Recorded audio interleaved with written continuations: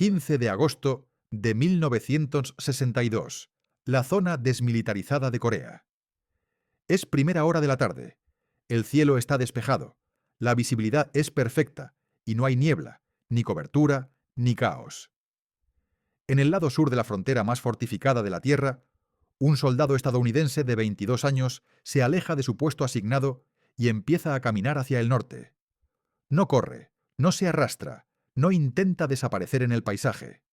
Camina abiertamente, a paso firme, hacia guardias norcoreanos armados que se encuentran tras alambre de espino y sacos de arena, con sus ametralladoras ya apuntando al terreno abierto frente a ellos. No hay ruta de escape, ni plan de contingencia, ni señal para nadie a ningún lado de la frontera. El soldado cree que, si es capturado, el castigo será temporal. Cree que la Guerra Fría funciona con intercambios, prisioneros por prisioneros, hombres por hombres. Cree que el otro lado no disparará a alguien que se está rindiendo claramente.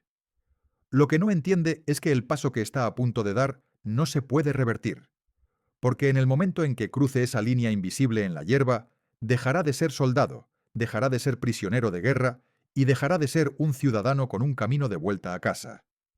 Durante las siguientes 4 décadas, permanecerá dentro de Corea del Norte, no como visitante ni como rehén, sino como un activo permanente del Estado.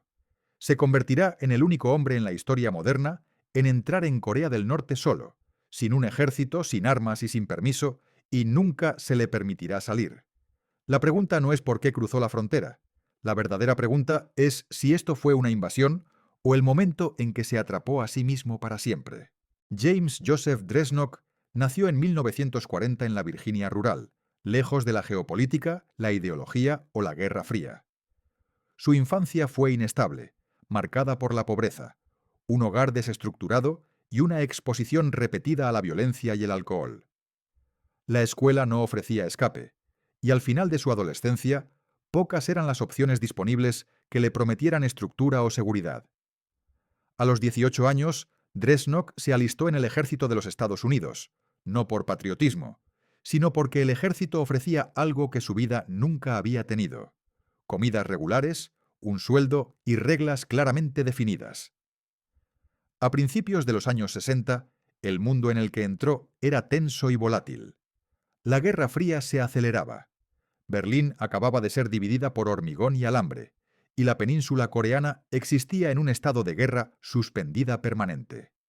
Dresnok fue desplegado en Corea del Sur y destinado cerca de la zona desmilitarizada, una estrecha franja de tierra llena de campos de minas, torres de vigilancia y soldados entrenados para disparar primero y preguntar después.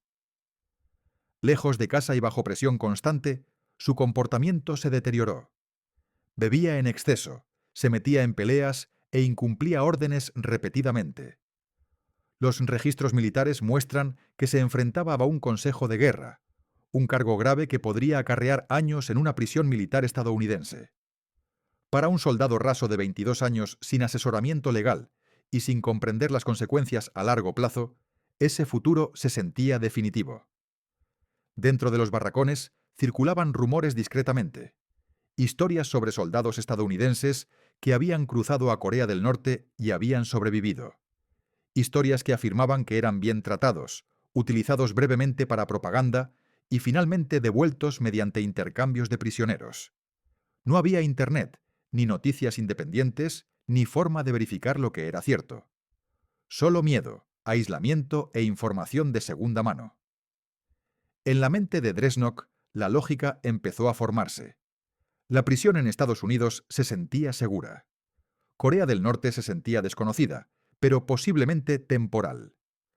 En la mañana del 15 de agosto de 1962, esa incertidumbre le pareció preferible a la certeza que le esperaba en el lado sur de la frontera. Llamar plan a lo que James Joseph Dresnok ideó en su cabeza sería generoso, pero para él se sentía como un cálculo. No había mapas, ni cómplices, ni ensayos. Lo que tenía en su lugar era una serie de suposiciones moldeadas por el miedo y la información incompleta. Creía que cruzar la frontera a la luz del día reducía la posibilidad de ser disparado, porque la visibilidad dejaba clara su intención. Creía que caminar despacio, sin arma y sin intentar esconderse, señalizaría rendición en lugar de agresión. Creía que Corea del Norte lo necesitaba vivo, no muerto, porque un soldado estadounidense que desertara voluntariamente era más valioso como herramienta de propaganda que como cadáver. Sobre todo creía que la Guerra Fría funcionaba a través de la negociación, que cada acción hostil existía dentro de un marco tácito de intercambios y reversiones. En su mente, el encarcelamiento en Corea del Norte sería temporal, una situación de espera hasta que la diplomacia corrigiera su error.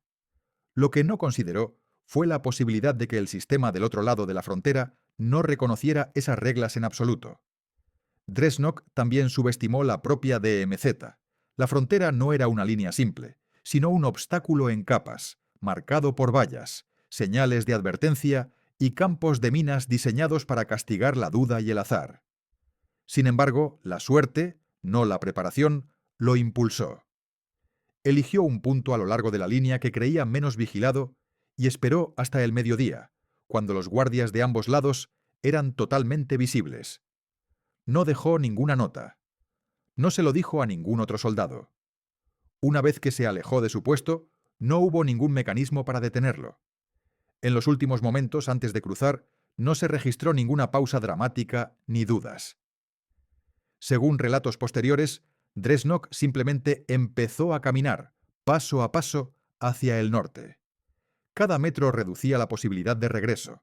Cada segundo lo comprometía aún más con una decisión construida sobre suposiciones que ya no podía poner a prueba.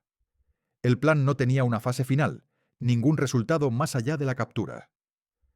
No había estrategia para el interrogatorio, ni expectativa de confinamiento a largo plazo, y ningún concepto de lo que la vida dentro de Corea del Norte realmente exigiría. En esa ausencia de previsión, el plan terminó en el momento en que cruzó la línea, y lo que viniera después sería decidido enteramente por la gente que esperaba al otro lado. En el momento en que James Joseph Dresnok cruzó la zona desmilitarizada, el control sobre su destino cambió instantánea y completamente. Los guardias norcoreanos no se precipitaron, no gritaron en inglés y no ofrecieron explicaciones. Las armas permanecieron levantadas mientras lo rodeaban, registraban y sujetaban. No hubo arresto formal ni declaración de estatus. En cuestión de minutos, fue retirado de la zona fronteriza y transportado lejos de la línea que acababa de cruzar, vendado y en silencio, sin comprender a dónde iba ni hasta dónde lo llevaban. El cruce en sí había tardado solo unos minutos. Las consecuencias empezaron de inmediato. Dresnok fue trasladado a través de una serie de ubicaciones seguras, cada una más aislada que la anterior. Se le proporcionó comida, pero la comunicación estaba restringida. Fue interrogado repetidamente, no agresivamente al principio, sino metódicamente. Los interrogadores estaban menos interesados en secretos que en la coherencia. Hacían las mismas preguntas una y otra vez, buscando patrones, debilidades y contradicciones. Dresnok tenía poco que ofrecer. No era un oficial de inteligencia. No tenía conocimientos estratégicos. Lo que ofreció en su lugar fue su historia, y esa historia se convirtió en su valor. En cuestión de días, quedó claro que no estaba siendo tratado como prisionero de guerra. No hubo referencias a las convenciones de Ginebra, ninguna indicación de una eventual liberación, y ninguna mención de contacto con el mundo exterior.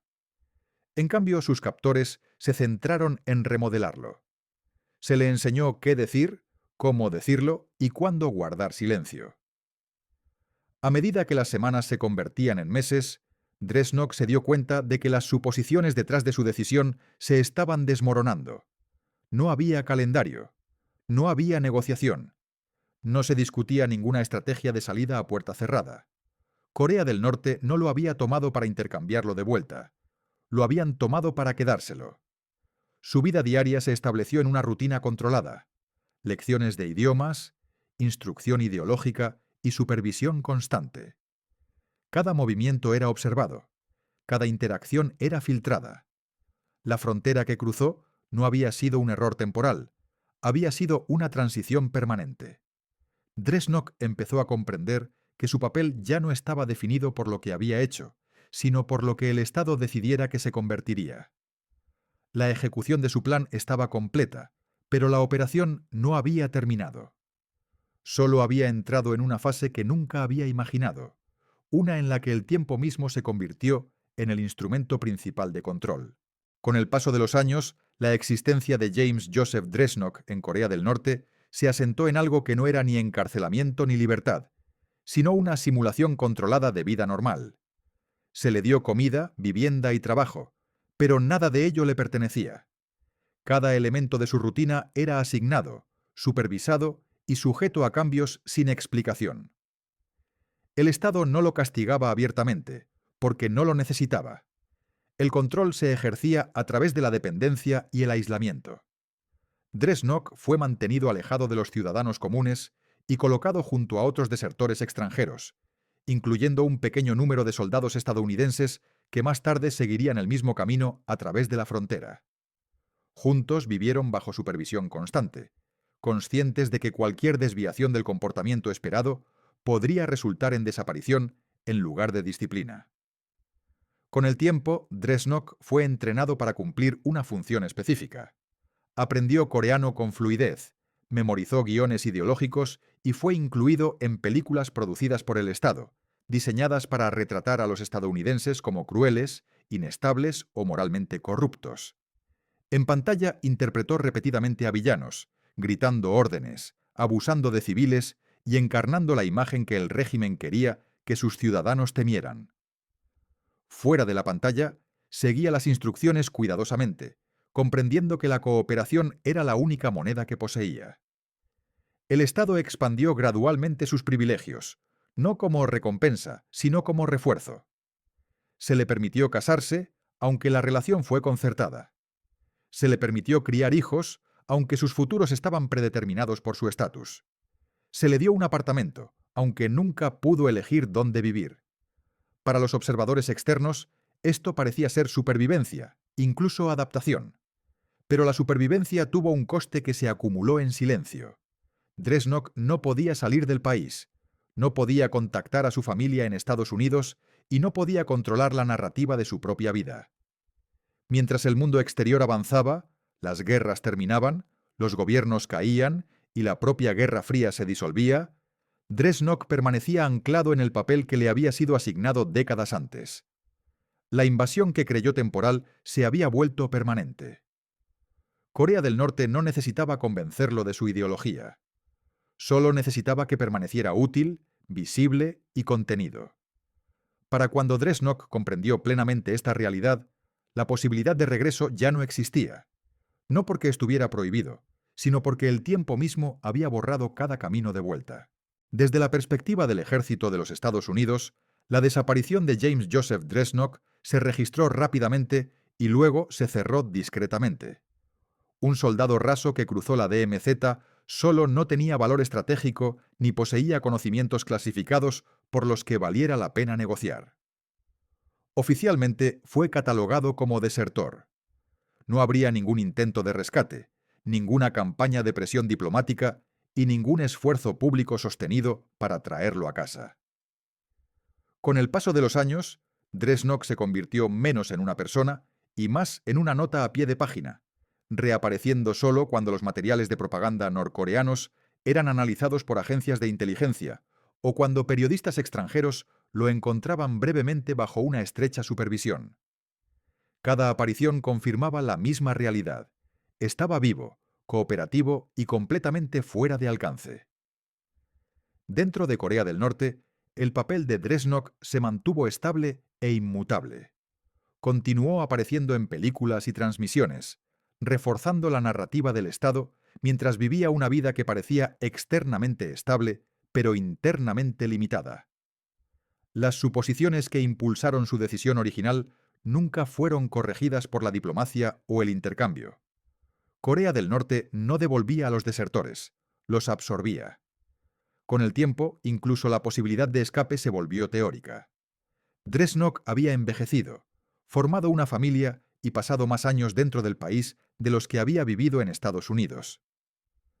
Cuando murió en 2016 a la edad de 76 años, no fue en una celda de prisión ni bajo circunstancias dramáticas, sino discretamente, dentro del sistema al que había entrado voluntariamente más de medio siglo antes.